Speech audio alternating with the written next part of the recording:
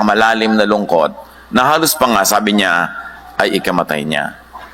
Mark 15:34, "And at 3 in the afternoon, Jesus cried out in a loud voice, 'My God, why have you forsaken me?'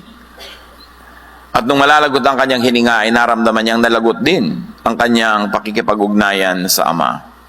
Jesus knew extreme rejection, extreme isolation. Mga problema natin mga tao, ang ating isolation, rejection, and loneliness. Dinaanan na lahat ni Jesus yun. At kaya na tayo, gusto niya tayong tulungan.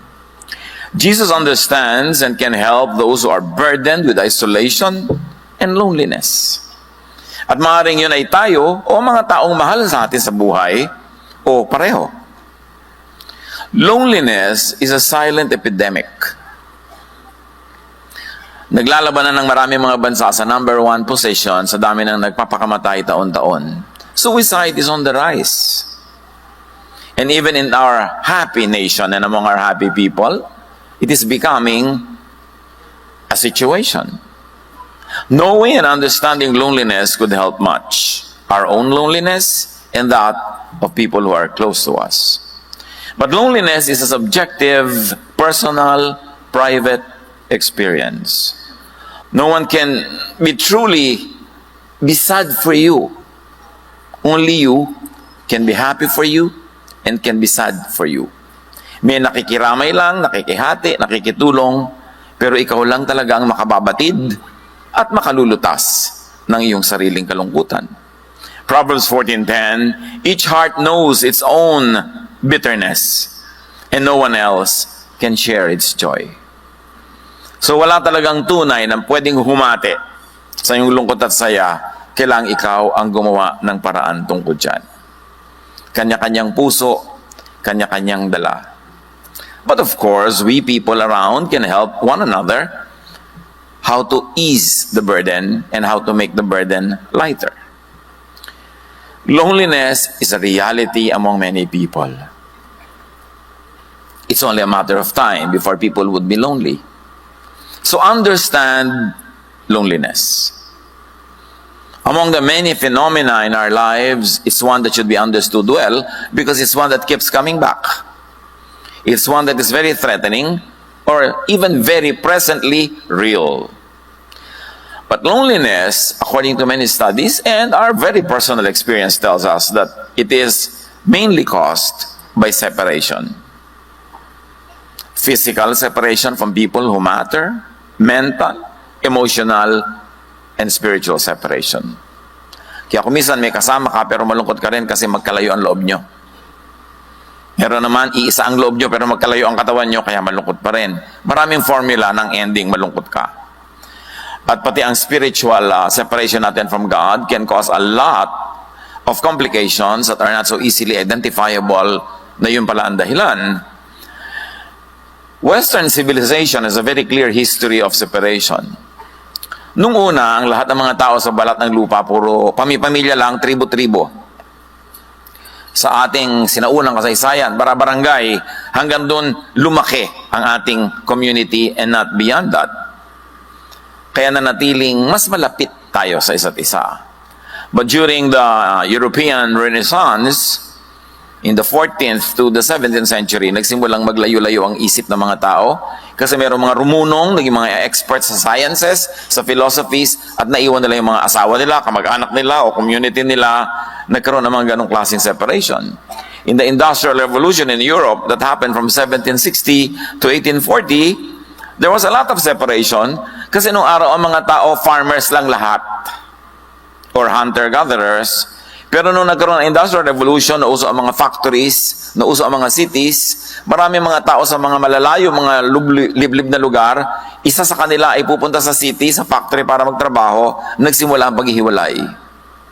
Sa atin din kasaysayan, ang ating mga kababayan at mga ninuno ay magkakasama lang sa baryo, doon kay sinilang, doon ka lalaki, doon kay papanganak, doon ka manganganak, doon ka mamamatay, doon ka ililibing, kayo-kayo lang. And there was no sense of separation. Pero no, uso yung mga galleon trade, ang ating mga tripulante sumasakay sa barko, 1 taon, 2 taon nakasakay doon. Nagsimula yung mga pag-iwa-hiwalay na hanggang ngayon very clearly seen sa ating overseas contract work phenomenon. Na nearly every household has somebody abroad. That there's probably no Filipino na wala siyang kaibigan o kakilala na hindi nagtatrabaho sa barko or abroad. So, totoong-totoo sa atin ang paghiwa-hiwalay. At dahil doon, maraming kalungkutan. Yung iba, iniimpit na lang, itinatago, pero meron. Yun namang iba, buong dramang ibinubulala sa airport. Tuwing aalis ang mahal sa buhay. So, pero meron. But loneliness is a biological function. In fact, it's a biological warning, like hunger is. Sana hindi na lang nakakaramdam ng gutom. Blessing makaramdam ng gutom. Kasi warning yon ng nature na kailangan na ng katawan mo ng pagkain. Kasi kung hindi ka na warningan, hindi ka nagugutom, hindi ka kakain, bigla ka na lang mamamatay. Ganon din ang kalungkutan. Blessing siya dahil sa isang biological warning. Bakit siya blessing? Loneliness makes you pay attention to the pressing physical needs of yours. Ano yon? Pinag-usapan natin na ang una sa lipunan, nung na-develop ang mga tao, mga closely knit families lang, mga tribe. At hanggang ngayon, up to a point, tayo mga Pilipino, very tribal ang orientation. To the point that we are not thinking in terms of nation, we're thinking of our barrio, of our region, of our family. So, malapit pa tayo sa ganung form. But this kind of social structure knows that survival is in numbers, in cooperation, in the family, in the community, in the tribe. Kaya pag ikay nasa baryo, lalo't mas liblib, mas nakikisama ka sa kapwa. Dahil sa baryo, kung manganganak ka, wala ka namang kotse, kung pasakayin ka nung kapitbahay mong may tricycle at dinala ka sa clinics, pasalamat ka. Kaya habang di ka nanganganak, paano yung pakisama mo sa kanya dahil may tricycle siya eh? Interdependence. Pag kailangan, pag may namatay, mag-abuloy ka. Para ikaw namatayan, mag-aabuloy din sila. So, may ganun tayo. Yung closest ng family ties natin, may economic dimension yan. Kaya pag yumayaman na ang mga tao, tumitira sa mga lungsod, hindi na sila nakikialam sa neighbor nila. Kasi may sarili-sarili silang kotse, hindi nila kailangan makisakay. May sarili-sarili silang ulam, may sarili-sarili silang hanap buhay, nagiging mas less personal, and that's also a climate for more loneliness. Unless city people are able to recreate the tribe and invent their own tribes. Kaya may mga tribe ng mga nag-exercise sa plaza, may mga tribe ng mga ganito at gano'n ng interest. Kasi you always recreate the small tribe because there's security in such a setting. Ngayon, pag nalulungkot ang tao, ibig sabihin, kulang ka sa tribe. It's a warning. So, in this context, aloneness, it's biologically dangerous. Bakit? Kasi yung survival mo depends kung may mga tutulong sa'yo, may support system ka. So, pag alone ka, nalulungkot ka, your body tells you, hoy, sobra ka ng separated and isolated, kaya nalulungkot ka, ikaw ngayon lalabas, magte-text, kaya maglang mong maaalalang textan yung hindi mo naman naaalala nung masaya ka. Sabi mo, musta? Pero ang totoo, gusto mong ikaw ang tanungin niya na musta? Kaya ang sama ng loob mo, pasayan niya, okay, tapos hindi na sumagot ulit. Because every text is a cry for help. So nagte-text ka para textan ka rin. Now, aloneness is biologically dangerous because in the tribal setting, nag-iisa ka, kayang-kaya kang kainin ng leon, kayang-kaya kang pagtulong-tulungan ng mga hayop, o natumba ka, walang tutulong sa'yo, nangailangan ka, walang mag-aabuloy. That's why creation mandates that these risky situations cause loneliness. Risky na kulang ka ng social support, then nature wired you to be lungkot. That leads to longing for company and belongingness, and so people seek safety in community. Loneliness compels people to seek community, which really means survival. Loneliness is a biological warning na delikado ka, pagka nangailangan ka, walang tutulong sa'yo, pag namatay ka, walang maglilibing sa'yo, pag nagkasakit ka, walang magdadala sa'yo sa ospital, walang dadalaw.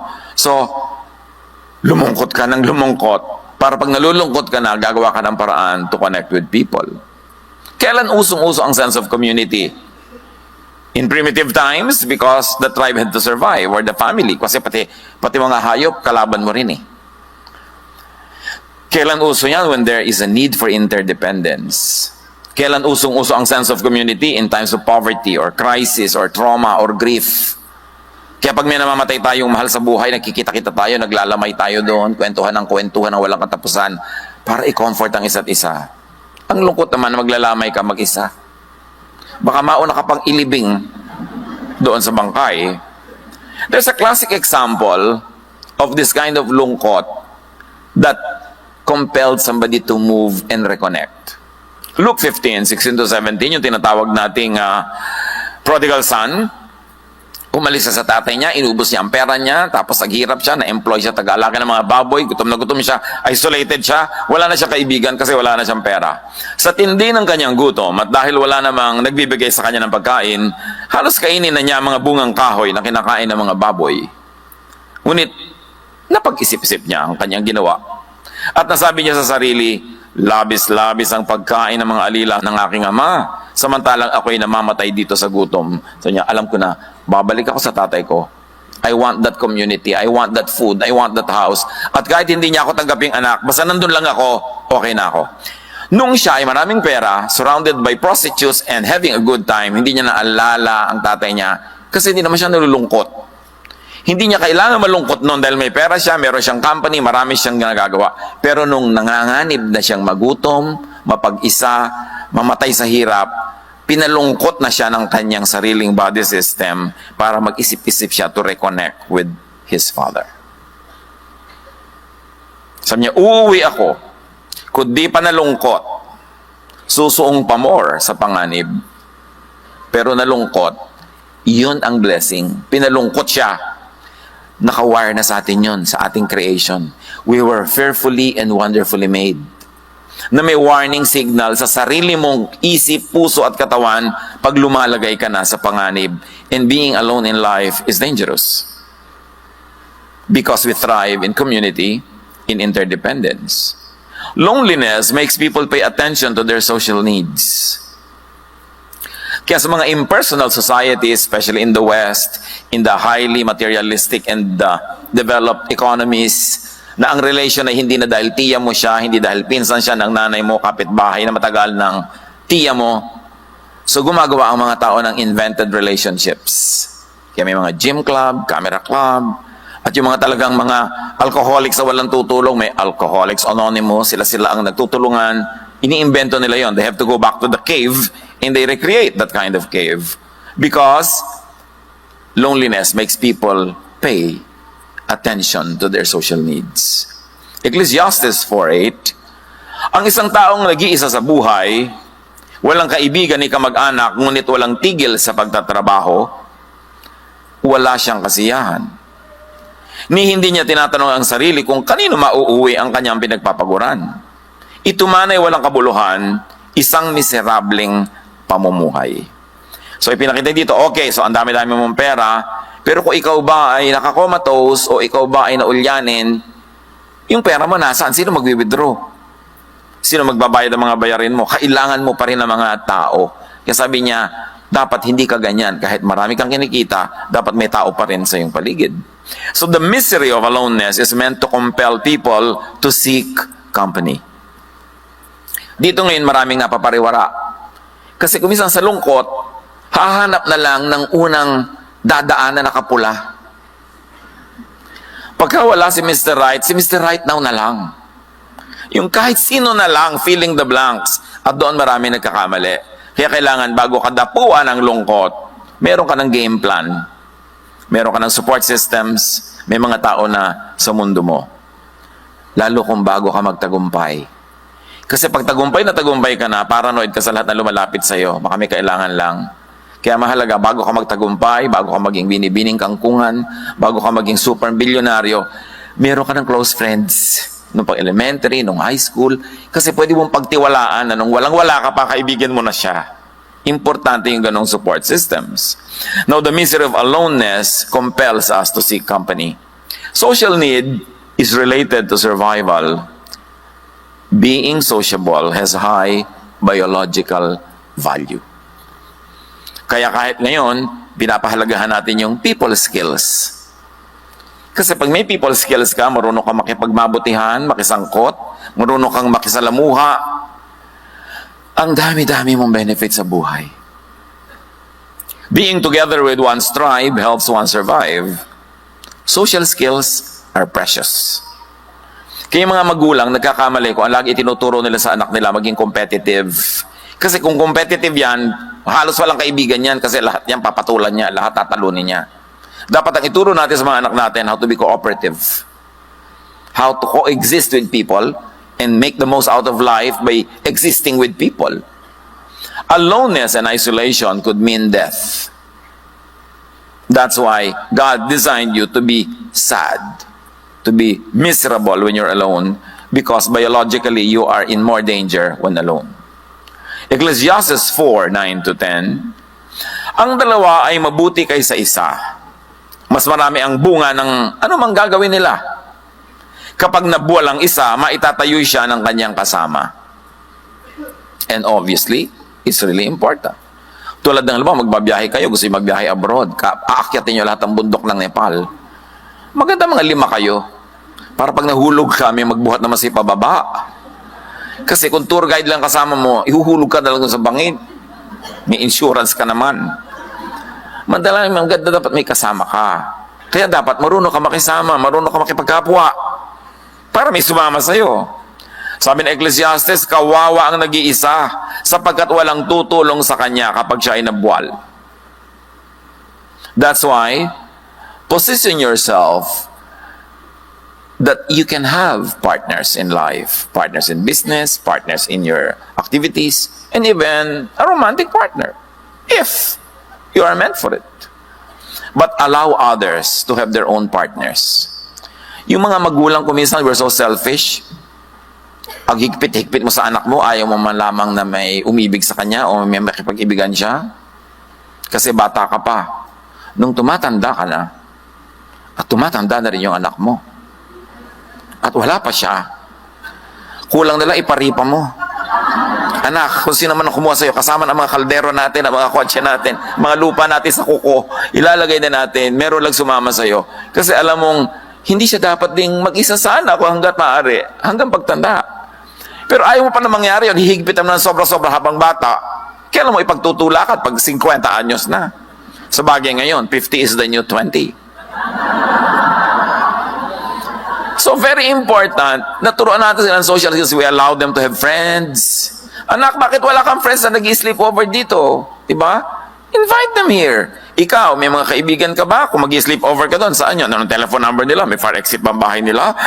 Siyempre, gusto mo namang malaman yon para safe yung anak mo. Pero let them socialize. Genesis 2:18, the Lord God said, it is not good for man to be alone, or woman to be alone. I will make a helper suitable for him. So creation and nature rewards collaboration. Kita niyo sa ating mga baryo, umuso yung bayanihan.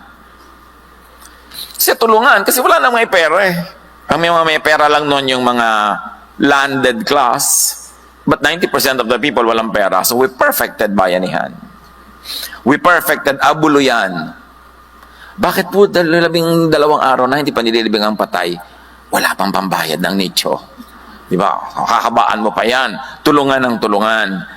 Because nature rewards collaboration. Kahit sa mga hunting societies, hindi ka pwede mag-hunt mag-isa. Dapat 5 kayo, 10. Pati sa mga halaman, sa mga hayop, mahalaga yung may mutualism na relationship. Both of you benefit by being together. Or at least commensalism, one benefits and the other is not bothered. Pero pagka parasitism na yan, hindi na maganda yung ganyang relationship. One benefits and the other is destroyed. Teamwork is always rewarded, kahit sa sports. That's why even in the church, unity is important. Because when people are united, they're always stronger together. Ecclesiastes 4:11-12, kung malamig ang panahon, maaari silang magtabi sa higaan upang parehong mainitan. Ngunit saan siya kukuha ng init kung nag-iisa siya? Kung ang nag-iisa ay maaaring magtagumpay laban sa isa, lalo na ang dalawa. Mas magtatagumpay sila kung dalawa sila. Ang lubid na may 3 pilipit na hibla ay hindi agad malalagot.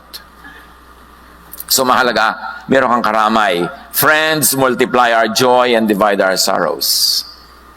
So it's important na marunong kang makitungo. Proverbs 18:1, ang taong makasarili ay humihiwalay sa karamihan at salungat sa lahat ng tamang isipan. In other words, sabi ng Proverbs, yung sobra kang selfish, abnoy. Hindi natural yan. Dapat hindi ka selfish. Dapat give and take. Dapat nakikipagmabutihan ka kasi for survival niya at mo, you need to have people around you. Creation wired the brain to feel pain in aloneness. Kaya kung nag-enjoy ka laging alone, as in extended aloneness, extended enjoyment, hindi na yan normal. Because we were wired to feel pain in aloneness so that we will relieve the pain by seeking company. It means cooperating with others. It means enhancing your chances at survival and even at thriving. Loneliness is meant to stop and to minimize behavior that isolates people. Kaya ka pinapalungkot ng Diyos para tigilan mo ang paghiwalay sa kapwa-tao, humanap ka ng koneksyon. That is why rejection and isolation hurt. Bakit pag may nagre-reject sa'yo, nasasaktan ka? Kasi we were wired by God to want to be accepted. Because when we are accepted, we are safer because we are with the group. Pero yung nire-reject ka na, nagre-rejoice ka pa, abnormal yan. Or pride na lang yan, ayaw mo lang aminin. Kaya masakit yung nire-reject ka. And yung sakit na yon ang magtuturo sa ating makibagay, makisama sa tama, para hindi tayo ma-reject. At stronger tayo pag meron tayong support system. Jesus took up and endured extreme isolation and loneliness so He can save us from it. Salamat. Inako, dinanas ng Diyos lahat yan ng Panginoon para kayang-kaya at alam na alam niya tayong tutulungan. Isaiah 53:3, hinamak siya ng mga tao at itinakwil. Nagdana siya ng hapdi at hirap. Wala man lang pumansin sa kanya. Binaliwala natin siya na parang walang kabuluhan. Referring to the coming Messiah. Si Jesus yun. Kung nararamdaman nyo binabaliwala kayo, parang wala kayong kabuluhan, nadaanan na yan ni Jesus. Therefore, alam niya ang situation nyo, alam niya kayong tulungan. Hebrews 2:17-18, for this reason, Jesus had to be made like us.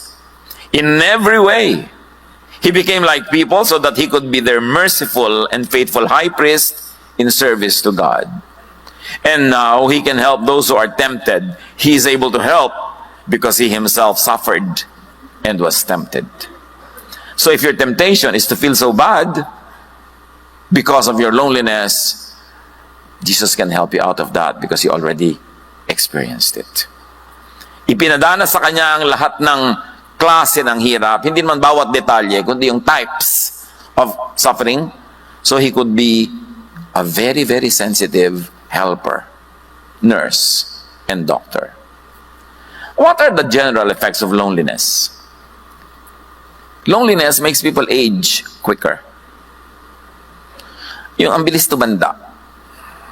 Mahirap na tumanda ka bigla kung masaya ka. Kaya alam mo ko yung misis, nagpo-problema dahil yung asawa niya, ang daming kwalasisi, ang tanda ng itsura. Maliban nila, of course, meron siya mga regimen na napatatakpan ng technology, yung kanyang lungkot. Pero alam yung, bakit ganyan ang itsura ng pinsan natin? Siguro nang bababae asawa niyan. Kasi nakaregister sa mukha ni misis ang pinaggagawa ni mister. Mabuti na lang, may mga exercises na ngayon na pwede nang imitigate yung ganung mga effects. But loneliness makes cancer deadlier. Yung may cancer na nga, tapos malungkot pa, mas mahirap tablan ng mga pagpapagaling at mas mabilis lumala. This is science. Researchers show us. Loneliness makes Alzheimer's advance faster.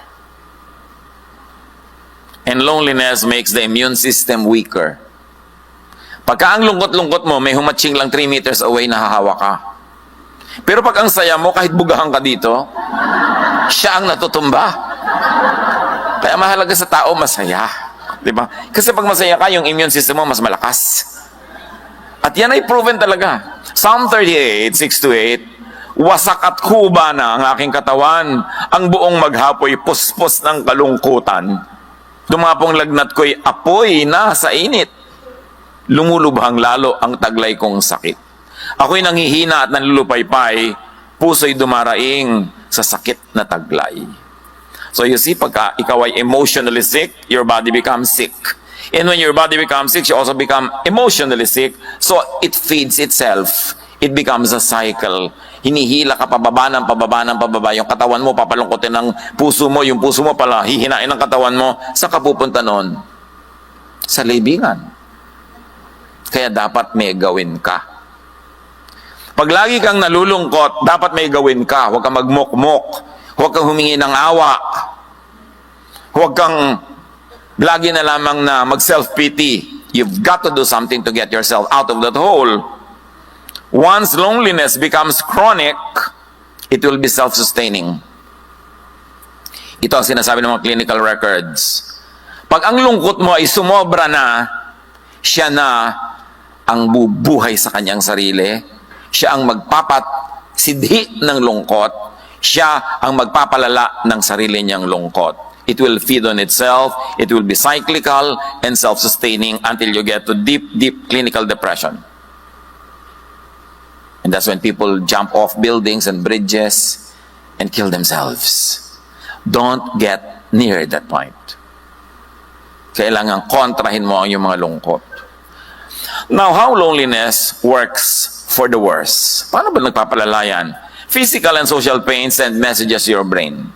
May physical pain ka, emotional pain. It sends signals to your brain. And prolonged feelings of loneliness is read by the brain as threat.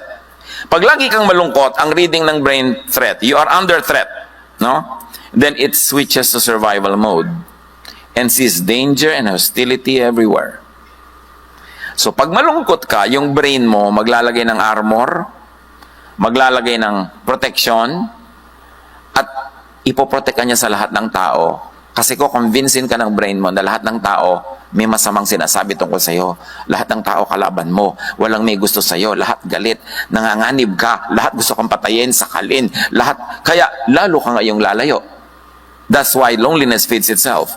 Because when you're very lonely, you become defensive. And when you are defensive, you drive people away.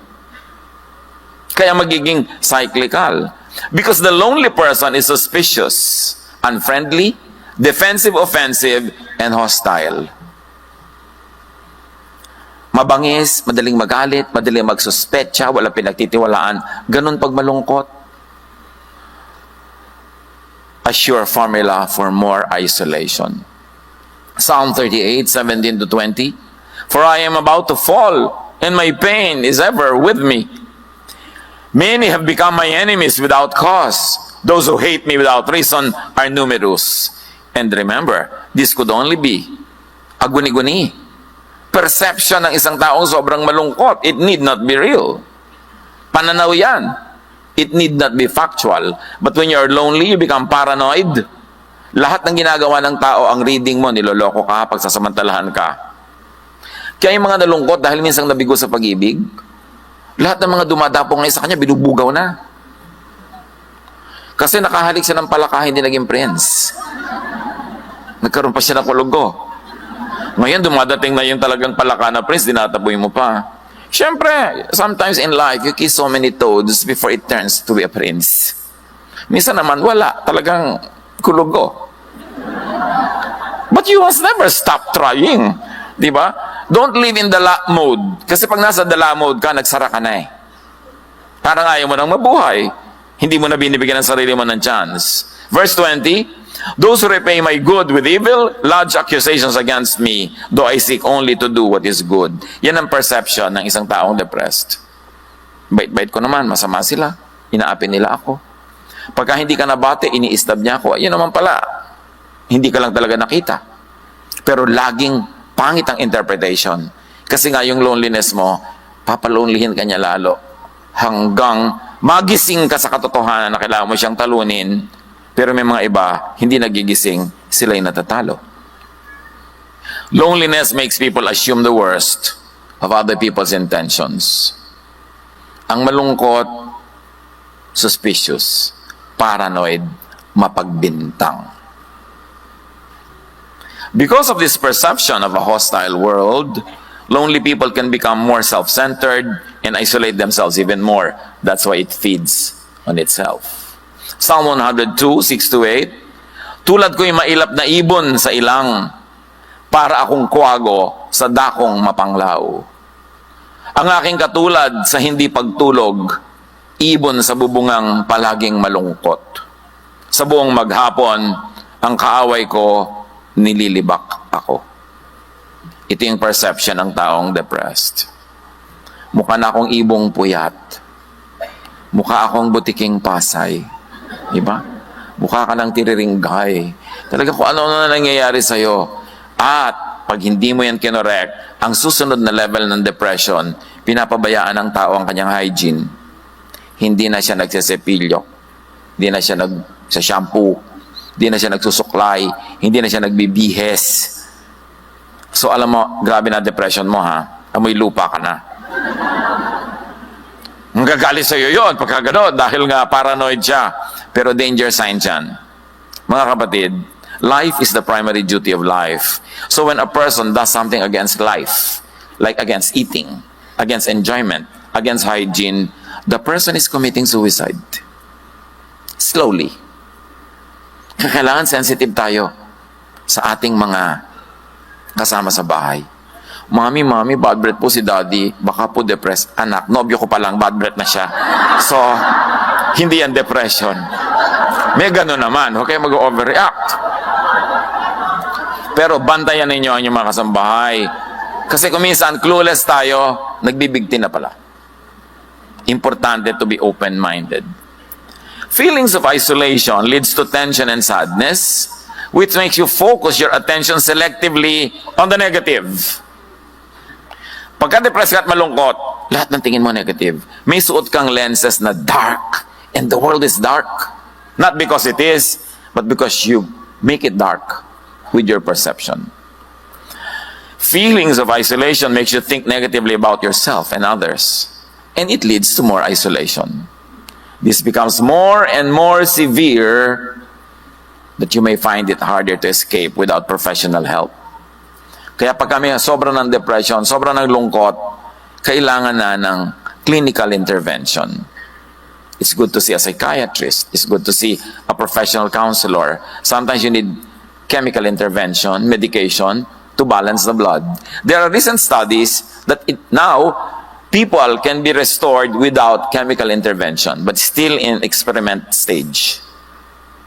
Kaya napaka-importante yung medication, proper food, proper nutrition to balance the blood. At least physically mabalance ka para ma-induce yung mind mo na maging balance din, because the cycle has to be broken somewhere. If you cannot break it in the physical, you have to break it in the emotional part. But you have to break into the person. Any of those entrance points would do. Kaya mahalaga rin yung spiritual experience. Yung naging maka-Diyos ka, naging prayerful, nagkaroon ka ng ministry, nagkaroon ka ng mission, para ma-break yung cycle mo na pababa. Kailangan mayroong pumigil doon saan man effective at the moment.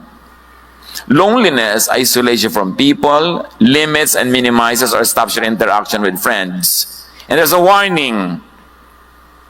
If you're always declining invitations, you could be depressed. Iba-ibang excuses mo dyan. Busy ako, marami akong trabaho, ma-traffic, tinatamad ako. Pero what's wrong with you na ayaw mong dumalo sa kasalan? Masaya naman. Liban na lang yung talagang sobrang American accent na MC. Bakit ayaw mong pumunta sa patay? Di ba? Mga kaibigan mo yan, dapat ka makiramay. Ba't ayaw mong pumunta sa birthday party, kainan, sayahan? So, if you are turning down more than 80% of invitations from people that you care about or people who care about you, count it as a warning. Dahil lang gusto mo magbukmok, mag-isa. Yun nga yung sinasabi noong verse na binasa natin. Payaman ka ng payaman, trabaho ka ng trabaho, mag-isa ka naman. Bakit? Ano ang nangyayaring deception in your life? When you decline invitations, warning. But there's a deeper warning when you no longer receive invitations. Dahil nagsawa na ang tao sa decline mo. Hindi ka na iniimbita. Lulubog ka ng lulubog sa aloneness. Pagka hindi na rin nakikisalamuha sa iyo yung iba, tulad ng ayaw mo makisalamuha sa kanila, now the outside world has become a manifestation of your thoughts. Yung loob naging labas. Sa loob at labas ng bayan kong sawi. Sabi ni Balagtas.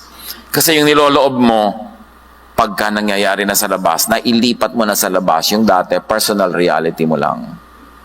Dahil ang labas sumusunod sa loob. Matter obeys thought. At pag laging ganun ang thought mo, susunod ang physical world mo dyan. So help yourself and help people when you see this happening. Remember, loneliness is a blessing. It is a warning that you should connect with people. That you should build bridges instead of walls. Sabi nga ng isang cheesy na poster, people are lonely because they build walls instead of bridges. It's a sign. Get out of loneliness if you are in it. Get people out if they are in it and you can help them. Get rid of its cause. You must question loneliness. Pag nag-iisa ka, ang lungkot-lungkot mo, ayaw mong makisalamuha, dala ka sa mga tao, ayaw mong makapabutihan, you must not accept that. Question it. Psalm 42:11, why, my soul, are you downcast? Para pamiwangan mo yung sarili mo. Bakit ka ba nalulungkot? Anong dramang bukid dyan? Tigilan mo yan. Why so disturbed within me? Put your hope in God, for I will yet praise Him, my Savior and my God. So, labanan nyo siya. Ba't ka ba nalulungkot? Anong arte mo? Tumigil ka. Dapat ganunin mo ang sarili mo. Pero mong gawin yun dun sa pasyente. Kasi baka lalong malungkot. Medyo dapat mas bula-bulahin mo muna siya. Huwag man biglang ganun dahil baka lalong ma-depress. So sa sarili mo, you can do that. And change your loneliness mindset. Alam niyo ba na may mga mindset na talagang nakatugma para lumungkot? Pinapakinggang tugtog, malungkot. Aaten ng party, malungkot ang damit. Ang bulaklak niyang plastic sa bahay, malungkot. Pag nagayo siya ng plato, yung pagkain, nakakaantok tingnan. Wala man lang ang saya, di ba? Mga ulam niya, gray. Dapat pinapasaya mo yung buhay mo. Kuminsan kasi yung masaya baduy. Hindi bali na, basta huwag ka lang maloka. Kasi correct naman yung color scheme mo, pero nakakalungkot. Alam niyo, yung mga correct color scheme, malungkot ha. Aminin niyo yan. Pa yung mga damit mo, bulaklakan, may mga ganyan-ganyan, para kang stabilo. Pero masaya ka. So, ang unahin mo yung masaya ka, wag na yung correct ng mga itsura mo. Yung laging prim and proper, gray lang yun, black, mga somber colors, mga gusto lang yun na suot-suot ng mga nagyayaman-yamanan. Pasayahin mo ang sarili mo. Kaya tuwan-tuwa ako, kuminsan may nakita ko mga babae sa kalye, nag-iintay ng jeep, ang lalaki ng mga bulaklak sa ulo, mga ribbon-ribbon, garter-garter, hindi ito malulungkot. Kasi, pinapasaya niya sarili niya. So, change the loneliness mindset. Romans 12:2, do not conform to the pattern of this world, but be transformed by the renewing of your mind. Then you will be able to test and approve what God's will is. His good, pleasing, and perfect will. And His will is that you get out of that loneliness mode. And you be happy and you enjoy life. That is the will of the Lord for you. Do not conform to the pattern of loneliness and depression. You have to get out of it. Check for your negativity.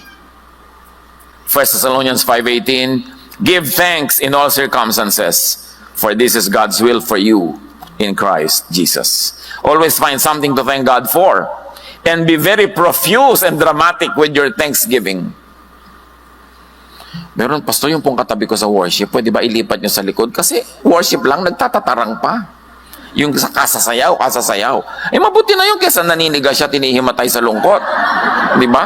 Hayaan nyo na mag-express. Kailangan magsikilin ang sarili. Konting-konti lang dapat yung sinisikil. Dapat express yourself. Get out of loneliness and stay out of it. Seek God. Psalm 68:6, God provides homes for those who are lonely. He frees people from prison and makes them happy. But those who turn against Him will live in the desert or live alone. People are in prison. And most of those prisons were made by them. Or made by their people who matter in their lives, who do not know any better. Kailangan makalaya. That's why Jesus sets free. That's why we should set people free. To express themselves, to be themselves, to love their true loves, to live their true lives, para mawala yung mga depression na yan. Psalm 16:9-10, Therefore my heart is glad and my tongue rejoices. My body also will rest secure. Because you will not abandon me to the realm of the dead, nor will you let your faithful one see decay. Many levels of meaning, but the general truth is this: God will not want us to decay. God would like us to be fresh. And His blessing is new every morning. You can never run out of fresh blessings as long as fresh mornings come. So nananatili ka lang malungkot kasi pinapanatili mo ang sarili mo dyan. You've got to get out of it. Psalm 25:16-21, Turn to me and be gracious to me, for I am lonely and afflicted. So aminin, kung malungkot, sabihin, huwag ikahiya. Kung kailangan ng clinical treatment, huwag ikahiya that you're seeing a psychiatrist. You know, yung nagpapabunot, nagtatanggal ka ng kukumpatay, ganun din yun, yung pumupunta ka rin sa psychiatrist. Pinapagaling mo lang ngayon sakit. Dapat walang stigma ang mga mental illnesses. Kasi katulad lang yan ng ibang other illnesses. Aalisin natin dapat yung mga ganyang stigma at hindi dapat itago. Mga pamilya, kung meron kayong mga member ng family na hindi katulad ng karamihan, yung kanilang mental behavior, yung kanilang mga itsura kuminsan, huwag nyo silang itago sa dilim. Lalo silang madedepress. Dapat silang ilabas, maarawan, mahanginan. Dahil yun ang binigay sa atin ng Diyos. Yun ang mahal natin sa buhay, yun ang pamilya natin. Huwag tayong mabuhay sa pagtatago, sa hiya. Yan ang nagpapadepress sa tao, yung pagtatago. Relieve the troubles in my heart and free me from my anguish. Look on my affliction and my distress and take away all my sins. Sins is living off the mark. It doesn't have to be immorality. It doesn't have to be doing bad things. Sin is living off the mark. Dapat nandun ka kung anong tinakda sa'yo, kung anong binigay sa'yo, yun ang ibuhay mo. When you're outside of it, that is sin. Hindi kailangan laging immorality ang sin na yan. Pagka hindi ka nabubuhay according to your design, according to how God made you, and you were wonderfully made, sala ka. Yun na nagkakasala.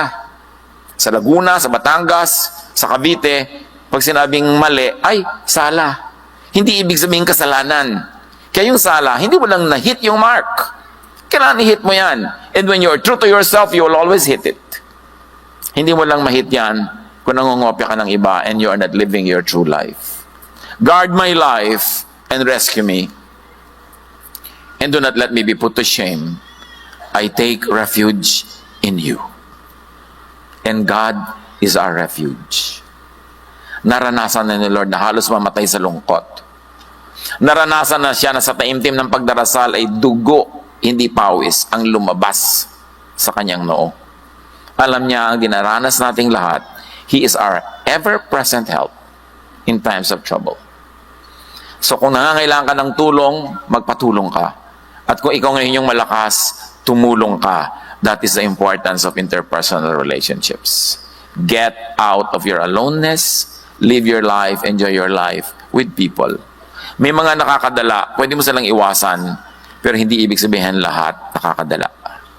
Kung may nagkamali sa'yo, may sumugat sa damdamin mo, pwede mong iwasan kung paulit-ulit, pero hindi mo itatrato ang lahat ng tao sa mundo na katulad nun. Huwag mong sisingilin si Pedro sa utang ni Juan. At lalong-lalo, huwag kang mabubuhay na dala kasi magsasara ka para sa marami pang pagpapalang naghihintay na dumating sa buhay mo. My integrity and uprightness protect me because my hope, Lord, is in you. Dear Lord, teach us to hope in you. Sa mga kalungkutan na personal, sa kalungkutan ng iba naming mga mahal sa buhay, turuan mo kami magdamay-damayan, magtulungan, tigilan ng mga pagkukunwari, mga pagbabalat kayo, maging totoo para makalaya. At sa paglayang ito makahinga ng maluwag, kami maarawan, kami ay mahanginan at makapamuhay ayon sa iyong magandang kalooban. Pagbulay-bulayan natin ang mga kahulugan ito sa buhay natin at sa buhay ng mga mahal natin.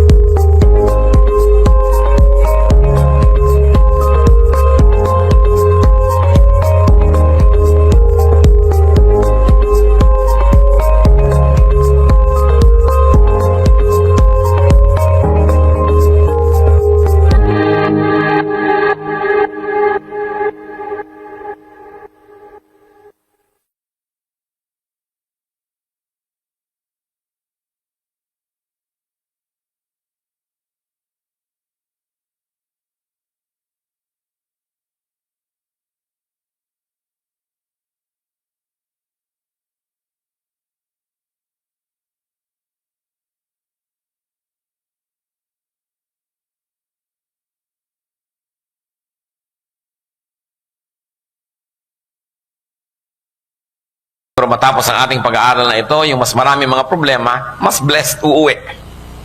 Problems can become blessings when they teach us about our mortality and limitations. Madalas ang tao, pag walang suliranin, if everything goes well, nagiging mayabang, palalo, akala natin, kaya na natin lahat, kaya na natin kahit sino, kahit ano. Pero pag nagkakaroon ng mga suliranin, muli nakikita natin yung mga bakod na hangganan ng ating magagawa. Hangganan ng ating kakayanin sa buhay. Naaalala natin tayo ay tao. Tayo ay hindi Diyos. At hindi pwedeng maging Diyos-Diyosan. Psalm 22 verses 19 to 21. But you, O Lord, be not far off. O my strength, come quickly to help me. Deliver my life from the sword, my precious life from the power of the dogs. Rescue me from the mouth of the lions. Save me from the horn of the wild oxen. So ano po ang tawag nitong umaawit na ito ng psalm sa Panginoon? Oh, my strength. You are my strength. Pero maaaring malimutan ng tao pagka siya ay masyadong matiwasay, masyadong mariwasa, masyadong matagumpay, matahimik, mapayapat, masaya, malimutan niya kung sino ang Diyos. At siya ay malasing, at siya ay umasta na pakala mo mga Diyos-Diyosan. Problemlessness can blind, can desensitize, can even intoxicate people. Kaya napakaganda po ng dasal sa Proverbs 30, verses 8 to 9. Give me neither poverty nor riches, but give me only my daily bread. Otherwise I may have too much and disown you and say, who is the Lord? Or I may become poor and steal and so dishonor the name of my God. Napakalalim ng panalangin na ito. Sabi, huwag niyo naman po akong gawing mahirap, pero huwag niyo na rin akong gawing sobrang mayaman. Sabi niya gano'n. Ibigay niyo lang po kung ano yung kailangan ko at kung ano lang yung sapat. Sapagkat kung sobra-sobra naman ang magkarong mga ari-arian ko, baka makalimutan ko kayo at magmalaki ako. Kung sobra naman pong kulang, baka kailanganin ko pa magnakaw para lang kumain, mapahiya naman kayo dahil sa akin. So Diyos, sabi gano'n, ibigay nyo lang po kung ano yung nararapat. Balance ka naman. So alam na alam po nito, nung lumikha ng mga linya na ito, na pag sobra kang mayaman at matagumpay, may tendency kang makalimot. Ganon din naman pag sobrang mahirap, may tendency kang makalimot. Kaya sinasabi po ni Solomon, avoid all extremes. Kapagkat mga extremes ay mga mapanganib na mga katayuan. So, problems can become blessings. Kung may problema po kayo, kapatid, at dahil dyan, naalala nyo na ang Diyos lang ang kalakasan at hindi tayo talaga. Naalala natin ang kanyang pangangailangan sa Panginoon. Naalala natin hindi tayo pwedeng magyabang. Yan ay blessing. Sapagkat nagkakaroon ng paalala ang mga nakakalimot. Problems can become blessings when they humble us before God. To humble ourselves, to declare dependence on God, to surrender our will to God is our most correct place. Walang higit pa na mas magiging tumpak na katayuan natin, kundi ang katayuan ng pagpapakumbaba sa harapan ng ating Diyos. At kung kinakailangan dumating ang mga suliranin para lang tayo hilahin muli pabalik sa lupa mula sa ating paglutang at paglipad ng mataas, nakabubuti na nagkakaroon ng suliranin ng tao. Deuteronomy 8:2-3. Remember how the Lord your God led you all the way in the desert those 40 years to humble you and to test you in order to know what was in your heart, whether or not you would keep His commands. He humbled you, causing you to hunger, and then feeding you with manna, which neither you nor your fathers had known, to teach you that man does not live on bread alone, but on every word that comes from the mouth of the Lord. Kinakausap po dito ang bayang Israel. Sapagkat ang bayang Israel sobrang naging prosperous, matagumpay, dahil sa kanilang ninuno na si Joseph. Napakataas ng naging posisyon sa Egypt. Kaya sila'y kinupkop sa Ehipto at nailigtas sila sa mga taggutom. At humaba ang panahon, they continued to enjoy favored position in Egyptian society na ipamana sa kanila yung goodwill na yon ng kanilang ninunong si Joseph.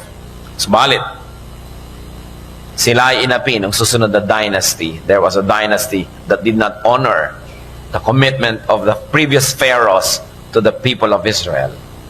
So they were enslaved. And after a while, the Lord delivered them. And the Lord showed them how mighty He was. Sobrang naging tagumpay ng mga Israelites, tumatawid sila sa mga dagat na nakahati. Sila ay nagtatagumpay sa kanilang mga digmaan. Kaya maaaring sila rin nakalimot at maaaring sila ay naging mayabang. Kaya sabi ng Panginoon, minarapat ko na paikot-ikutin kayo ng 40 taon sa disyerto. Alam niyo po yung Exodus, pwedeng lakarin ng 1 linggo lang. Yung mula doon sa Egypt, pupunta kay Israel, mahaba na nga 1 linggo, nalakarin yun eh. Pero inabot sila ng 40 years. Bakit? Pinaikot-ikot-ikot sila ng Diyos. Inubos ang lahat ng mga may edad na lumabas sa Ehipto, hindi pinapasok sa Promised Land. Lahat ng mga nabahira ng mga kasalanan, dadali na naman nila yung mga kasalanan lang sa Promised Land, hindi sila napapasok. At nakaranas sila na magutom. Kumakain na lang sila ng mana, yung lumalaglag mula sa langit, na iniipon nila at nagiging parang tinapay. Nung una, masarap. Doon lumao, nagsawa. Kayo ba naman ng 40 years kumain nun? Sabi nila, mana in the morning, mana in the evening, mana at supper time. Puro ito na lang. So, ang Panginoon, bubulabog ng mga ibon, dadapo sa kanila, gagawin nilang barbecue. Pero dependent sila. Kayo ba naman, halos 2 milyong tao naglalakad kayo sa disyerto. Inumin lang ng bawat isa. Kung gumamit na lang kayo ng 1 galong tubig bawat isang tao sa isang araw, ito 2 milyong galon yun. Saan nila kukunin? They were very dependent on the Lord. And they were in this parched desert. You know, I myself have crossed this desert. At wala na yatang lugar pa sa mundo na mas parang walang kabuhay-buhay. Wala kang makita ni ano. Sobrang parang akala mo sinumpa yung dinaanan nila na yan, ang mga Sinai Desert. Ang dami mong papakanin, ang dami mong paiinumin. Kaya talagang dependent sila kay Lord. At sabi niya, ang Panginoon, ginawa ko yan para bawasan ang inyong kataasan. To humble you. Para kayo matutong magpakumbaba. Gaano kadalas, di po ba, pag may problema ang tao, ang tagal magdasal. Kita mo ang tao, pag may problema o wala, obserba mo pag nagdadasal, yung mga walang problema, ang bilis matapos. Wala kang kaproblema, no? Paano mo nalaman, prophet ka ba? Hindi, ang iksi eh. Pero pag may mga paiyak-iyak pa dyan, mga pa-fasting at kung ano-ano, naku, mga problema tong taong to. Problems humble us. That's why they can become blessings. Remember, humility is the only correct attitude towards God. And if we have to be forced to become humble by problems, then the problems can become blessings. Which brings me to our third point. Problems can become blessings when they remind us to pray. Or should I say, to remind us to pray again. Kasi maraming nalilibang, nakakalimot sa tunay na panalangin. Akala nila, Lord, pagpalain mo ang pagkain ito, bless it for our nourishment. Amen. Sa gabi, salamat po sa nagdaang araw. Pagpalaan nyo kami sa buong gabing ito. Ingatan nyo kami sa lahat ng masasamang tao. Amen. Yun na yung dasal. Kumisa nga, napagpapalit pa yun eh. Yung magdadasal bago matulog, Lord, thank you for this food. Ay, wala palang food. Lahat ng tumawa, alam nyo, no? Nangyayari sa buhay nyo yan. Nakakapalit-palit ng mga panalangin. So, kung may suliranin ng tao, naaalala nyo yung power of prayer, kaya nananalangin muli. Kaya ang sabi sa Philippians 4, 6-7, do not be anxious about anything, but in everything, by prayer and petition, with thanksgiving, present your requests to God. And the peace of God, which transcends all understanding, will guard your hearts and your minds in Christ Jesus. So, kanino ito ipinapaalala? Siyempre, sa mga anxious. Kaya sabi, do not be anxious. Sobra ka ngayong balisa kasi may problema ka eh. So, naaalala nating manalangin. Problems can become blessings when they remind us about our sin and stop us from sinning. Pag sobra na dilubyo ang kumukubakob sa isang pamilya, nagmi-meeting na, hoy, ano bang mga kasalanan natin, i-give up na natin sa Panginoon. Pag sobra na mga hirap ang dinaranas ng mga churches at Christian organizations, o magre-revival worship, magre-revival meeting, ibubulala sa mga kasalanan, ihingi ng tawad kasi naaalala ang kasalanan pag may mga problema. At ang isa sa mga pinakamapanganib na kalagayan, yung may mga kasalanan tapos parang walang problema. Yan, mapanganib yan. Kung alam na alam nyo na may kasalanan kayo at bubuhay kayo sa kasalanan, tapos everything is okay, meron kayong pera, meron kayong health, meron kayong wealth, and meron kayong respectability and prestige, aba, mag-ingat-ingat kayo. Sinasabi rin sa Bible, they are fattened for a day of slaughter. Yung mga akala natin ay walang-walang problema. Kaya ang mabuti pa, kung meron talagang kasalanan, tapos all is well, maayos ang buhay, malusog ang katawan, tahimik ang pamilya, mayroong kinakain, may kasaganaan, aba, pagsisihan na yung kasalanan. Huwag nyo nang antayin, natanggalin lahat yan, ligligin kayo, kalug-kalugin, at pagkatapos para lang tayo, suko na Lord, suko na. Pinakamabuting isuko na agad. Kaya siguro ganyan ang ginawa ng gobyerno noong panahon ng Hapon. Sapagkat walang ilaban ang ating government forces ng Amerika dito sa mga Hapon noong Second World War, dahil nadurog na yung kanilang fleet doon sa Hawaii. Anong ginawa? Sapagkat nabomba ang lahat ng ating mga eroplano sa Clark Field, wala na ni isang lilipad pa, wala nang ilalaban. Ano pong ginawa nila? Ginawa ang Manilang open city. Sa inyo na mga Hapon, wala nang laban-laban, pasuko na, kaysa magkagiba-giba ang Maynila. Kaya na-preserve ang city. Ang gumiba naman siyempre yung mga Amerikano noong tinatawag na liberation. Kinarpet bomb ang Manila, kaya nagiba pa rin. Pero ang point, isinuko na lang agad. Kasi ang nangyari, hindi naman isinuko ng mga Hapon when the Americans were coming back. No? So nagkaroon ng labanan. Gusto niyo bang huwag na magkagutay-gutay? Huwag na magkagiba-giba, magkasira-sira? Sumuko sa Diyos. Kasi kung lalaban ka lang, tatagalan mo lang, may inilalaban ka pa kasi, may lakas ka pa kasi, may maipagmamalaki ka pa, pero pag paubusan ng paubos yan, ang ending din nun, susuko ka rin sa Diyos eh. Sumuko na habang maaga para maiwasan na ang sobrang mga hapdi at sakit sa buhay. Problems can become blessings when they bring us back to God. Bihira naman yung taong sa kariwasaan, sa kasaganaan, sa kasiyahan, doon naghanap sa Diyos. Meron nun, pero bihira. At napakaganda naman ang kalagayan ng ganong tao. Sa kariwasaan, sa kalusugan, sa kasiyahan, naghahanap pa. At Diyos ang hinahanap. Yun ang talagang sobra-sobrang blessing. Best of both worlds. Pero 99.9% ng mga taong nakakatagpo sa Diyos, yung mga nagkaroon ng malubhang sakit, yung mga sobrang naghirap, sobrang nagkalugmok-lugmok sa buhay, napahiya, o kaya natakot, o kaya yung katawan niya tinira ng masasamang espiritu, so sa takot na lang niyang manatili, yun ay talagang dali-daling tinanggap si Kristong Panginoon at tagapagligtas. So, karamihan ng mga tao, nakikilala nila ang Panginoon dahil may suliranin sila.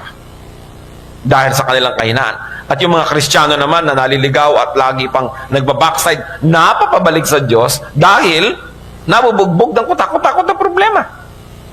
In that case, such problems can become blessings.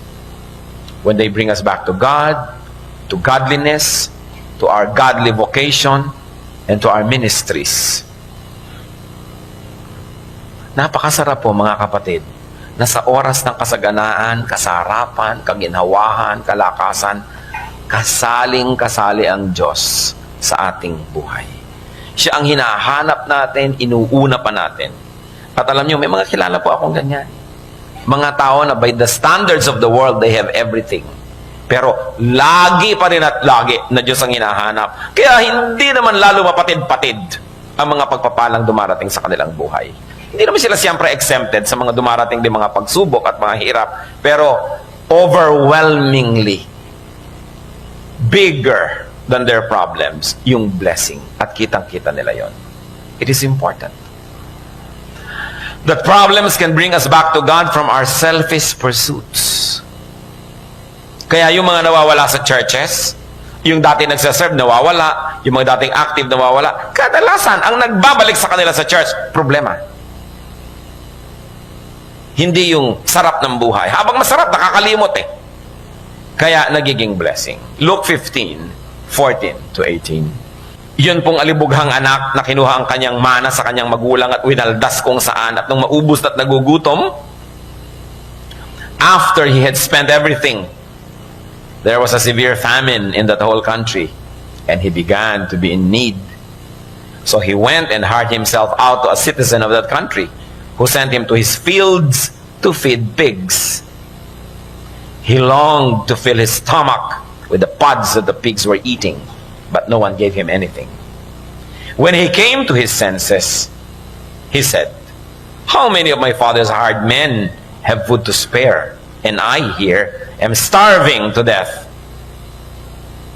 I will set out and go back to my father and say to him, Father, I have sinned against heaven and against you." Bakit itong anak na ito na nakalimot sa kanyang ama at naglayas at namuhay nang akala mo'y wala nang bukas pa sa kanyang paglustay ng minana niya sa kanyang magulang, bakit naisipang bumalik? Kasi nagutom, kasi nahirapan, kasi nasaktan. Marami. Kailangan pang yun ang maganap para bumalik sa Diyos. Kaya nga po magandang paalala mga kapatid, kung tayo napapalayo, huwag nang hintayin itong ganito. Magkusa na tayong bumalik. Napakainam na paalala. At kung talagang may suliranin na, huwag na tayong magpilit pa na sundin yung kagustuhan natin, lumabag tayo sa Diyos, kundi sundin na natin ang kalooban ng Panginoon. Problems can become blessings when they lead us to discover God. Kung hindi pa tayo Kristiyano, wala pa tayo sa Panginoon, nagiging Kristiyano tuloy tayo. Or kung Kristiyano na tayo, then we rediscover God. Or we discover blessings and dealings of God that we have not discovered before. Problems can lead us to discover who God really is. And more than that, who God can really be. Sa 2 Corinthians 7:9 to 10. Yet now I am happy, not because you were made sorry, but because your sorrow led you to repentance. For you became sorrowful as God intended, and so were not harmed in any way by us. Godly sorrow brings repentance that leads to salvation and leaves no regret. But worldly sorrow brings death. So godly sorrow is important. Nalulungkot ka dahil nakakalabag ka sa kagustuhan ng Diyos. Nalulungkot ka dahil nalalayo ka sa Diyos. That is godly sorrow. Sabi niyo, good. It's good to be sorrowful because that will lead to repentance.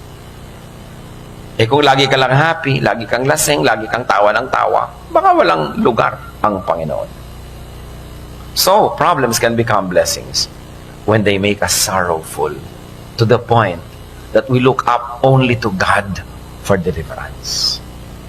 Dahil ang tatawag sa Diyos ay hindi niya kailanman tatanggihan. Kaya mahalagang matutong tumawag sa Diyos. Problems can become blessings when they reveal to us hidden or undiscovered God-given grace. Kumisan sa mga problema, doon natin nakikilala ang Panginoon at lumalabas yung mga lakas na ibinigay pala sa atin niya. Hindi natin alam meron pala tayong ganong kalakasan. Hindi natin alam na meron pala tayong ganong tibay na lumabas lang at nalaman natin nung sumuong na tayo sa mga suliranin. Then we discover that even before we got into these troubled spots, God has already prepared us. And you discover that God has made provisions for us along the way, long before we stumbled into such needs. Kaya ang sabi sa 2 Corinthians 12:9, "But He said to me, My grace is sufficient for you, for my power is made perfect in weakness. Therefore, I will boast all the more gladly about my weaknesses, so that Christ's power may rest on me." Yung mga kahinaan natin, nadidiscover natin, why did we survive? Why do we go through this and that? Dahil lang sa Panginoon. So siya talaga ang nagpupuno ng ating mga kulang. Therefore, nadidiscover natin ang grasya ng Diyos. Na kung hindi pa tayo nagipit, hindi natin malalaman, may ganun pala. Problems can remind us to claim God's promises. Alam niyo yung mga promises ng Diyos, napakamahalaga, lalong sa mga namang problema. Ay, may salita pa lang ganyan ng Diyos, i-claim ko. Salamat na lang, may pangako pala siyang ganon. Psalm 119, verses 147 to 148. I rise before dawn and cry for help. I have put my hope in your word. My eyes stay open through the watches of the night, that I may meditate on your promises. So kailangan alam na natin yung promises ng Lord bago dumating yung mga problema sa uluhin, pag-aralan, para pag dumarating, nakiklaim natin agad at tayo na i-strengthen. Ang mga taong nangihina ay dahil lang nadadaya. Sapagkat ang mga anak ng Diyos ay hindi dapat manghina kung di natin malilimutan kung sino ang Diyos. At hindi tayo madidisconnect sa Kanya. But the moment you forget who God is, you become weak. The moment you get disconnected, no matter at varying degrees of disconnection, you become weak. So pag may tao nagsasabing, alam nyo, napaka-weak ko, isa pang problema, hindi ko na kaya, wag muna, ayoko makinig, ayoko, hindi ko na kaya. You have become weak. You've got to look into yourselves. There must be some disconnection because God is power. So ayaw mong umilaw, siguro hindi nakasaksak doon sa plug. Kailangan isaksak. Eh bakit nakasaksak na ayaw pa umilaw? Pundido. Kaya kailangan ayus-ayusin ang buhay para umiilaw pag isinasaksak sa kuryente. Ang Lord yung source ng power na yon. Hindi bagay sa mga anak ng Diyos na maging mahina sapagkat ang Diyos ay malakas. So, itong Diyos ko, siya ang aking tagapagligtas, tapos ang itsura mo. Bakit ka ganyan? Lupay-pay. Ganyan ba itsura ng Diyos? Hindi. Ba't ganyan ka? Surely, there is something that went wrong along the way. At ano yon? More often than not, it is sin. May kasalanan. Kaya nangihina. So, problems can become blessings when they show us what's really important in life. Kuminsan kasi pag nagkakaproblema, doon lang lumilinaw kung anong mahalaga. Parang ganito. May sunog. 3 kilo lang ang pwede nyong madala. Ano ang dadalhin nyo? Doon lang magiging malinaw kung alin talaga sa mga ari-arian nyo ang tunay na mahalaga. Siguro naman, hindi nyo nadadalhin yung hindi nyo dadalhin? Hindi nyo dadalhin isang kabang bigas. Siguro hindi nyo nadadalhin yung bangko. Hindi nyo nadadalhin yung mga inipon yung pagkarami-rami siguro mga lumang tsinelas na hindi nyo maitapon-tapon. Kadalasan pag may sunog, ano lang bitbit ng mga tao? Yung mga photo album nila. No? Yung ikinasal sila mag-asawa, batang-bata pa sila. Dala-dala nila yung mga frame na yon. Kung ano yung mahalaga sa'yo, yun lang ang dala mo. Kasi luminaw sa'yo, nung konti na lang ang pwede, kung alin talaga ang mahalaga. Ngayon, pag may problema ang tao, everything else fades sa sidelines eh. Ano ba talaga yung mahalaga? Kung minsan kita mo yung mga sobrang mga posturyosa, pagka nagkaroon ng sobrang mga sakit, hinaharap ka na rin niya kahit wala siyang kilay. Kasi nalimutan na niya yung tungkol sa kilay-kilay, may nararamdaman siya eh. So hindi na yun mahalaga. Konti na lang yun mahalaga, ano ba talaga? Pero meron naman talaga, naghihingalo na, ayaw pang pakita, make-up muna, make-up. Meron! No? May dadalawin ka, ayaw pa po kayo papasukin, sandali lang po at nagme-makeup. O sige, kahit matagal. So ano ba talagang mahalaga sa'yo? Importante. Pag may problema, lumalabas ko anong mahalaga. Pag nawawala na halos ang lahat at wala nang matitira, Psalm 119, 67 to 68. Before I was afflicted, I went astray. But now, I obey your word. You are good, and what you do is good. Teach me your decrees. Sabi niya, bago ako nagka-problema, ligaw na ligaw ako. Pero ngayon nagka-problema na ako, alam ko na kung ano importante. I obey your word. Yun ang importante. So when we are saddled and overcome by so much problems, we remember what really matters, and that is obedience to God. So sumusunod tayo ngayon. Nagiging blessing. And problems can become blessings when they reconnect us to people. Kung minsan merong mga kamag-anak, hindi sila nag-uusap, hindi sila nakikita-kita, pero nagkaroon ng malubhang sakit si ganyan, si ganon, may namatay na ganyan, nagkita-kita rin, nag-reconnect kasi may problema eh. Kung ba't naman inantay pa na magka-problema para lang magka-reunion? Sana nauna na nun. May mga magulang, isinumpa-sumpa si anak, no? Dahil nagpakasal kay ganito. Hindi makapanik-panik si anak sa bahay nila. And I'm telling you a true story. Dalagitan na yung anak nung mga nagpakasal hindi pa rin nakakaakyat sa bahay nila. Pero nung naghihingalo si magulang, ipinatawag din. Nagantay pa magka-problema para lang sila mag-reunion. Kung nag-aaga ba naman, di mas marami sanang kasiyahan. Pero at least, nagka-reunion pa rin kasi nagka-problema. Kaya ano pong sabi nitong tao na lumaya sa kanyang ama nung happy days, nung sobrang naghirap, Luke 15:18-20, I will set out and go back to my father and say to him, Father, I have sinned against heaven and against you. I am no longer worthy to be called your son. Make me like one of your hired men. So he got up and went to his father. Kung hindi naubos ang pera, kung hindi naghirap, di maaalala na may kasalanan. Nakabuti kung gayon na siya ay naghirap. Nakabuti kung gayon sapagkat yung hirap niya panandalian lamang. Nung siya ay matauhan at bumalik siya sa kanyang sarili, anong nangyari? Napaayos uli ang kanyang buhay. Sapagkat nung bumalik naman siya sa kanyang amay, siya tinanggap, sinuotan ng balabal, ng singsing, ng sandalyas, at ipinagpista pa dahil siya umuwi. Kailangan pa bang mangyari ito sa ating buhay? When faced with a problem, do not just seek the easy way out. Turn your problems into blessings. How do you do that? By reviewing your relationship with God, with others, and with yourself. By reviewing your uprightness and spirituality. By reviewing your values, your priorities, and philosophy. Then, matutupad yung sinasabi sa Romans 8:28. Everything that happens is a blessing to those who love God and are called according to His purpose. Or whatever version you have, it's the same idea. Ang anumang nangyayari ay nagiging pagpapala sa mga umiibig sa Diyos. And we discover God. Sometimes we rediscover God. His will, His teaching, His love and power. Then you will surely be blessed. At yung solusyon dun sa original na problema, nagiging na lamang na extra benefit. Sapagkat ang tunay na naging benefit, nanumbalik sa Diyos. Malutas man o hindi, yung original problema, yung blessing dumating na. Sapagkat ang mahalaga, laging bumalik ang init ng ating pakikipag-ibigan sa Diyos. Kayo po ba may mga suliranin? Kung may suliranin tayo, hindi dapat magmokmok. Sapagkat bawat suliranin ay may katapat na solusyon. Dahil bawat tanong ay may katapat na sagot. Sabi nga ng matatanda, bawat man pusali ay may katapat na pisngi ng langit. So, kung may problema ka, may solusyon yan. Kaya yan ng Diyos na isolve. Ang tanong ay, dapat bang isolve? Natutunan na ba natin ang dapat matutunan sa suliranin na yan? Sapagkat kung natutunan na natin, hindi naman mahirap sa Diyos na yan ay bigyan na ng kalutasan.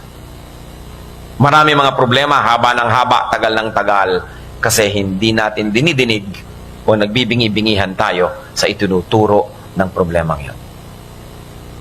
Problema na financial, problema na health or physical, emotional, spiritual, whatever. Maraming problema ang tao. Pero marami doon, siya din ang lumilikha. Para mga problema ng ating bayan, tayo na lang yata ang lumilikha ng mga yon ngayon. No? Wala na ang mga Hapon, ang mga Kastila, ang mga Amerikano. Tayo na ang narito. Bakit ang gulo-gulo ng bayan? Sapagkat tayo na ang lumilikha ng sarili nating gulo. Nawa ang mga kaguluhan, ang mga suliranin, ay magbunsod sa atin na mag-isip-isip. Maghunos dili. Magbalik loob sa Diyos. Magbulay-bulay at suriin kung ano ang ating mga pananagutan at walang tayong manisi ng iba. Hindi maaaring ikay nasa gitna ng isang malaking suliranin na ni kapraso ay wala kang dapat na panagutan, liba na lang ikaw si Job. Pero bihirang-bihira naman yung tulad ni Job na upright. So madalas, hindi naman talaga trial ang nangyayari sa ating buhay, kundi chastisement. At kung napapalo tayo ng Diyos, pag natutunan natin ang leksyon, tigil na ang paluan. Inaalo-alo ka na.